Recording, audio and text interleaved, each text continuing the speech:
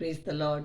आप सभी को जय मसीह की। एक बार फिर से मसीह की खरी शिक्षाओं में आगे बढ़ते हुए हम देखेंगे कि इस सूस की कलीसिया को पौलुस किस तरीके से सिखा रहे हैं, समझा रहे हैं, बता रहे हैं, जिसका वर्णन हमें प्रेरितों के काम 19 अध्याय से पता चलता है कि पौलुस जब कुरिन्थियों के बाद इफिसियों की कलीसिया में गए तो उन्होंने क्या कुछ वहाँ पर देखा कि किस तरीके से उन लोगों ने पवित्र आत्मा के बारे में नहीं सुना।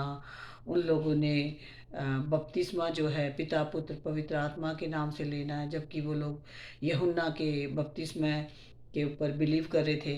लेकिन यहाँ पर हम देखते हैं कि इफिसियों के पत्री से हमें पता चलता है कि पौलुस जो है वो वहाँ की कलीसिया को बता रहे हैं, जो कि वहाँ पर यहूदी भी थे और यूनानी भी थे। तो इसको जब हम पढ़ते हैं तो आज हम किस तरीके से पढ़ते हैं ये आज हम सीखेंगे कि पौलुस जो है आज मेरे लिए, आपके लिए, जिन्होंने यीशु को अपना प्रभु, अपना उद्धारकर्ता जान लिया और एक्सेप्ट कर लिया कि यीशु मेरा प्रभु, मेरा उद्धारकर्ता, मेरा दृढ़गढ़ है, तो वो आज कैसे पढ़ रहा है उसको बताने के लिए पौलुस किस तरीके से समझाते हैं कि परमेश्वर की योजना जो है वो यहूदी और यूनानी और हम लोगों को एक करने की है। परमेश्वर चाहता है कि हम सब एक हो जाएं। जैसा कि पौलुस बताता है यहाँ पर, जब वो वहाँ कलीसिया में थे और आज हमारे हाथ में पत्री है जिसे हम पढ़ते हैं, तो यहाँ हम देखते हैं कि पौलुस बताते हैं कि समयों के पूरे होने का ऐसा प्रबंध हो, क्योंकि वो समय जब तक नहीं आया था, जब तक प्रभु यीशु मसीह नहीं आए थे और अनुग्रह नहीं आया था, तब तक के लिए वो कहते हैं कि समयों के पूरे होने का ऐसा प्रबंध हो कि जो कुछ स्वर्ग में और जो कुछ पृथ्वी पर है, सब कुछ वह मसीह में एकत्र करे, सबको एकत्र करे, ताकि हर एक जन जाने कि यीशु ही प्रभु है। परमेश्वर की योजना क्या है, जैसे कि वो पढ़ते हैं और हम जब इस पत्री को पढ़ते हैं तो पौलुस जो लिख रहे हैं और हमें बता रहे हैं, हमारे हाथों में आज परमेश्वर का वचन है। उस समय परमेश्वर का वचन नहीं होता था, तो उस समय पौलुस जो कलीसियाओं में आकर बताते थे, बोलते थे और वही वो लोग सुनते थे। आज हम लोग तो लिखे हुए को पढ़ते हैं। हम लोग बहुत मुबारक लोग हैं जिन्होंने यीशु को अपना प्रभु, अपना उद्धारकर्ता ग्रहण कर लिया। उन लोगों के पास परमेश्वर का वचन है और उस वचन को पढ़ते हैं। तो जब हम वचन को पढ़ते हैं तो किस तरीके से पढ़ते हैं, पौलुस किस तरीके से अपने लोगों को बता रहे हैं, यहाँ हम देखते हैं कि वो इफिसियों 1 और उसकी 17 आयत में लिखा है कि हमारे प्रभु यीशु मसीह का परमेश्वर जो महिमा का पिता है, तुम्हें अपनी पहचान में ज्ञान और प्रकाश की आत्मा दे। तो यहाँ हम जब सेंटेंस को पढ़ते हैं तो हम किस तरीके से पढ़ते हैं, यहाँ पौलुस जो है वो हमारे यहूदियों के लिए कह रहे हैं और तुम्हें उन यूनानियों के लिए कह रहे हैं, क्योंकि वो लोग यहूदी नहीं थे।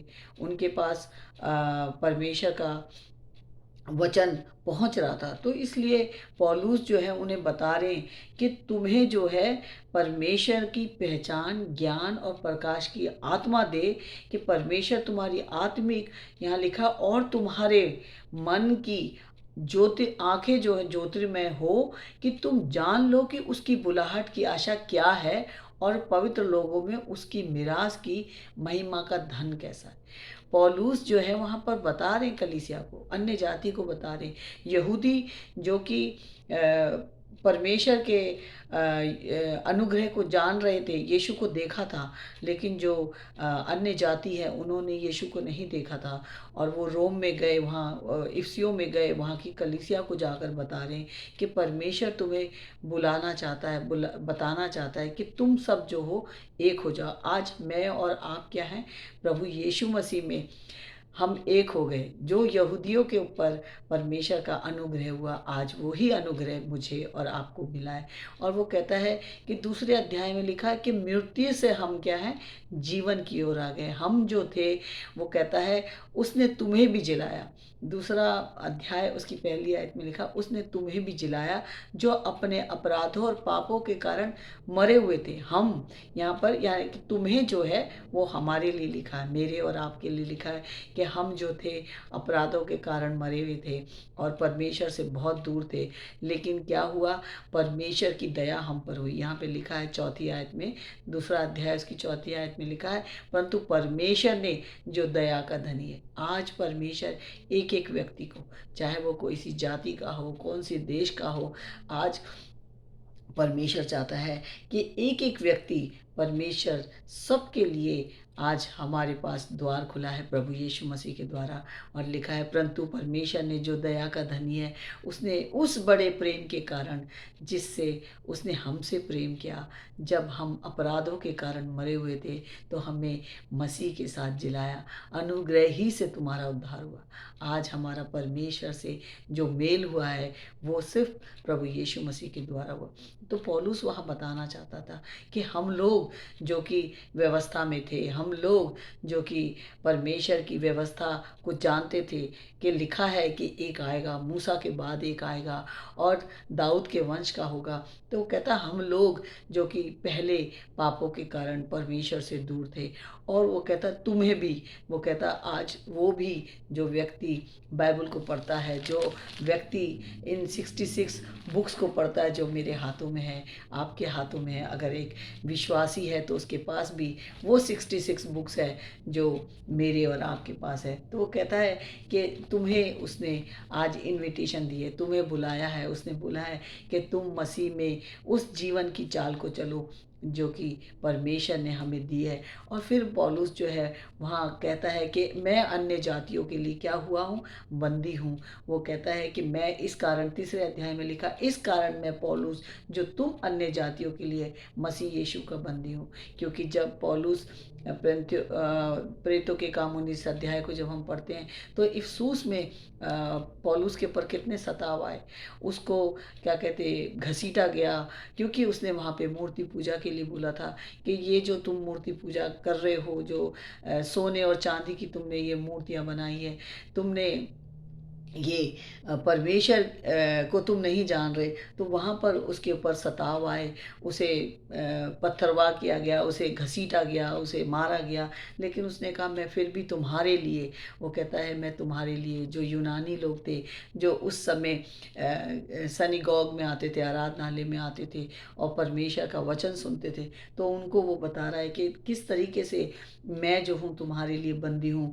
अर्थात छठी आयत में लिखा है, अर्थात यह कि मसीह यीशु में सुसमाचार के द्वारा अन्य जाति लोग मिरास में साझी और एक ही देह और प्रतिज्ञा के भागी हैं। आज कोई भी ऐसा नहीं है जो परमेश्वर से उसका मेल मिलाप नहीं हो सकता। यीशु मसीह के द्वारा उसका मेल मिलाप हो सकता है।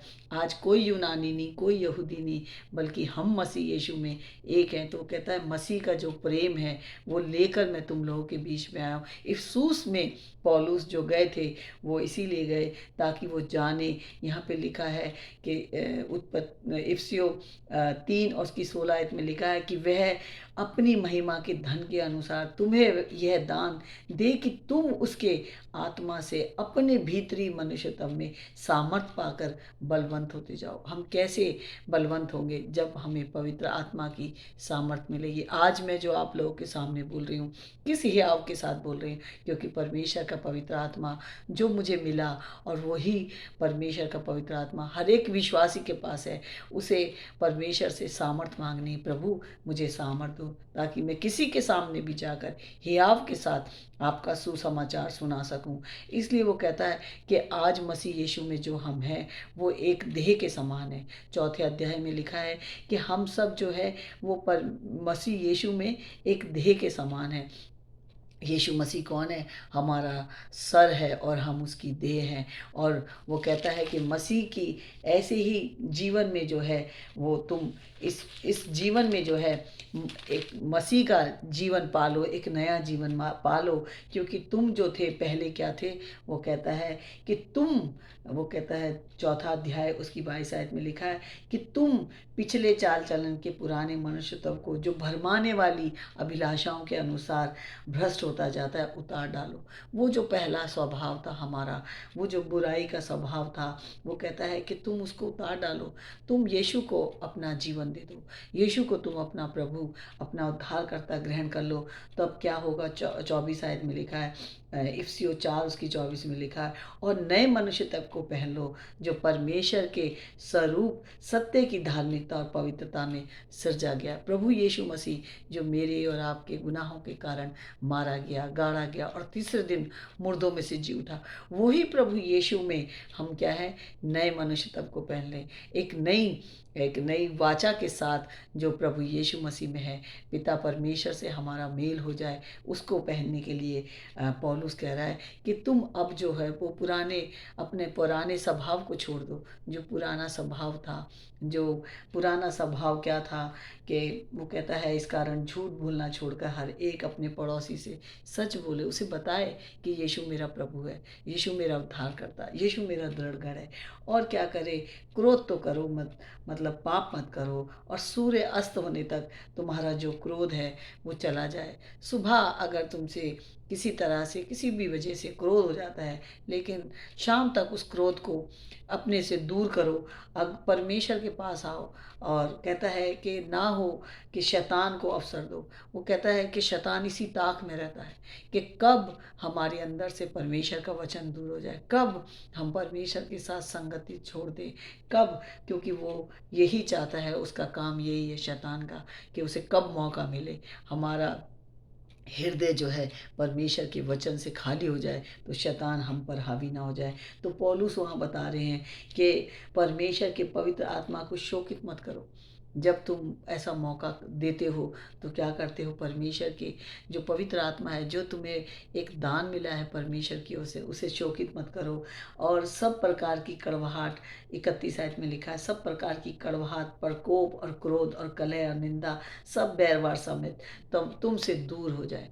परमेश्वर से ऐसी सामर्थ मांगो कि पवित्र आत्मा मुझे ऐसी सामर्थ दे कि मेरे अंदर से गुस्सा चला जाए, मेरे अंदर से कोई अपशब्द ना निकले, पवित्र आत्मा मेरी मदद करे। और 5वें अध्याय में वो कहता है कि तुम ज्योति की संतान बनो। वो कहता है कि तुम ज्योति की संतान हो, क्योंकि यीशु मसीह ने कहा कि मैं ज्योति हूँ, मैं इसलिए आया हूँ ताकि तुम जीवन पाओ और बहुतायत का जीवन पाओ। तो अब क्या है? जो मसीह यीशु में है वो क्या है? ज्योति की संतान है। और ज्योति की संतान के लिए वो कहता है कि अब जो है तुम ध्यान से चलो। उसकी 15वीं आयत में लिखा, 5 उसकी 15वीं आयत में लिखा, इसलिए ध्यान से देखो कि कैसी चाल चलते हो, निर्बुद्धियों के समान नहीं पर बुद्धिमानों की समान चलो। अवसर को बहुमूल्य समझो, क्योंकि दिन बुरे, ये जो समय है ये बहुत बुरा है। क्योंकि इस समय मनुष्य जो है, ये छोटा सा मेरे हाथ में मोबाइल है, इसके अंदर बहुत सारी बुराई है, जिससे मनुष्य क्या है कि मौका ना दे शैतान को, ताकि ये दिन जो बहुत बुरे हैं। क्योंकि लिखा है, इस कारण निर्बुद्धि ना हो पर ध्यान से समझो कि प्रभु की इच्छा क्या है। परमेश्वर हमसे क्या चाहता है? वो चाहता है कि तुम्हारे अंदर भजन हो, स्तुति गान हो, आत्मिक गीत गाया करो, और तन मन से प्रभु के सामने कीर्तन करते रहो, यानी कि परमेश्वर की स्तुति करो, महिमा करो। और वो कहता है तुम्हें ऐसा करो जैसे एक पति पत्नी, जो कि एक एक परिवार होता है, और उस परिवार की तरह वो कहता है, जैसे पत्नी का सर जो है उसका पति है, ऐसे ही कलीसिया का सर कौन है? प्रभु यीशु मसीह है। और वो चाहता है कि जैसे पत्नी अपने पति से प्यार करती, ऐसे ही कलीसिया अपने प्रभु यीशु मसीह से प्यार करे। क्या पौलुस के पास सताव नहीं थे? क्या पौलुस के पास दुख नहीं थे? आज हम पर भी हंसते हैं, हमें भी कोई बुरा भला बोलता है, लेकिन इग्नोर इट। वो कहता है, पौलुस कहता है कि तुम इन सब बातों को छोड़ो, इन सब पुराने मनुष्यत्व को उतार दो, बल्कि ऐसे रहो जैसे एक पति पत्नी का रिश्ता होता है, ऐसे ही कलीसिया का और यीशु मसीह का रिश्ता होना चाहिए। और 6ठे अध्याय में वो कहता है कि हर बच्चे को अपने माँ-बाप की इज़्ज़त करनी चाहिए। कहता है, हे बालकों, प्रभु में अपने माता-पिता के आज्ञाकारी बनो, क्योंकि यह उचित है। वो कहता है, अगर तुम ऐसा करते हो और अपने माता-पिता का आदर करते हो, क्योंकि ये पहली आज्ञा, पृथ्वी पर रहने के लिए ये पहली आज्ञा है। बाकी जो 4 आयतें हैं, 10वें हुक्म में जो हुक्म दिए गए हैं, वो ये है कि तुम किसी को भी अपना परमेश्वर या अपना प्रभु या उसके आगे सजदा ना करना, मूर्ति पूजा नहीं करना, मतलब मूर्ति ना बनाना परमेश्वर की। लेकिन पृथ्वी पर रहने के लिए बच्चों को, मुझे और आपको, जितने भी बच्चे हैं जिनके पास माँ बाप हैं, हर एक बच्चे को अपने माँ बाप की इज्जत करनी है। लिखा है कि अपने माता पिता का आदर कर, ये पहली आज्ञा, जिसकी 7 प्रतिज्ञा भी है। एक परमेश्वर ने हर एक बच्चे को आशीष दी और कहा है कि तेरा भला हो जब तक तू पृथ्वी पर है। लिखा है कि तू धरती पर बहुत दिन जीवित रहे। ये जो आज्ञा है हर एक बच्चे के लिए, हर एक बच्चे को अपने माँ बाप की इज्जत करनी है, उनके आदर करना है, उनकी सेवा करना है। साथ ही साथ वो कहता है कि तुम आत्मिक जो हथियार है वो भी बांध लो। आत्मिक हथियार क्या है? वो कहता है परमेश्वर में तुम बलवंत हो जाओ, प्रभु यीशु मसीह में तुम सामर्थ पाओ। और लिखा 10वीं आयत में कि हमें जो है आत्मिक हथियार बांधने, क्योंकि हमारी लड़ाई किसी इंसान से नहीं बल्कि शैतान की ताकतों से। आज शैतान जो है वो चाहता है, पूरी कोशिश करता है कि मनुष्य जो है परमेश्वर के साथ संगति ना करे। तो हमें उन आत्मिक हथियारों को पहनना है, और जो कि आत्मिक हथियार आपको पता है, वो कहता है कि इसलिए परमेश्वर के सारे हथियार बांध लो। 6 और उसकी 13 आयत में लिखा है, इसलिए परमेश्वर के सारे हथियार बांध लो, तुम बुरे दिन का सामना कर सको। मुझे और आपको पौलुस कलीसिया को बता रहा है कि तुम जो है उसका सामना कर सको। इसलिए सत्य से अपनी कमर कसकर और धार्मिकता की झिलम पहन लो। जैसे एक हथियार लड़ाई की युद्ध में जाता है तो उसे अपने कमर पे क्या कहते, सामने उसको झिलम पहननी पड़ती है। इसलिए वचन के द्वारा तुम जो है अपने आप को, सत्य को जानो कि यीशु ही प्रभु है, और सुसमाचार के जूते की तैयारी कर लो। जूते पहनना मतलब कि सुसमाचार सुनाने के लिए हमेशा तैयार रहो कि यीशु मेरा प्रभु है, यीशु मसीह मेरे गुनाहों के लिए मारा गया, गाड़ा गया और तीसरे दिन मुर्दों में से जी उठा। इस बात का सुसमाचार सुनाने के लिए तैयार रहना है, क्योंकि विश्वास जो है वो हमारी ढाल है। विश्वास हमारी ढाल है, और जो कि उद्धार जो है हमारा टोप है, और जो तलवार है वो परमेश्वर का वचन है। इन हथियारों को हमें लेके चलना है हर दिन। तो इफिसियों की कलीसिया को पौलुस जो है वहाँ जाकर बताते हैं कि तुम्हें ऐसा जीवन जीना है। आज मेरे और आपके हाथ में वचन है, जिससे पढ़कर हमें भी ऐसा जीवन जीना है। तो ये थी इफिसियों की पत्री, जिसका 6 अध्याय आपको मैं चाहती हूँ कि अच्छी तरीके से याद हो जाए। मुझे भी परमेश्वर का वचन याद हुआ है, तो ऐसे ही आपको भी याद करना है। और इस वीडियो को ज़्यादा से ज़्यादा अपने मित्रों में, जो जिन्होंने अभी नए नए विश्वास में आए, उन्हें बताना है कि परमेश्वर के वचन को हमें कैसे पढ़ना है। जहाँ जहाँ हम कहता है पौलुस, वो अपने लिए कहता है, यहूदियों के लिए कहता है, और जहाँ तुम कहता है वो अन्य जाति के लिए कहता है। जैसे कि आज मैं परमेश्वर के साथ मेरा मेल हो गया। मैं परमेश्वर का धन्यवाद करती हूँ।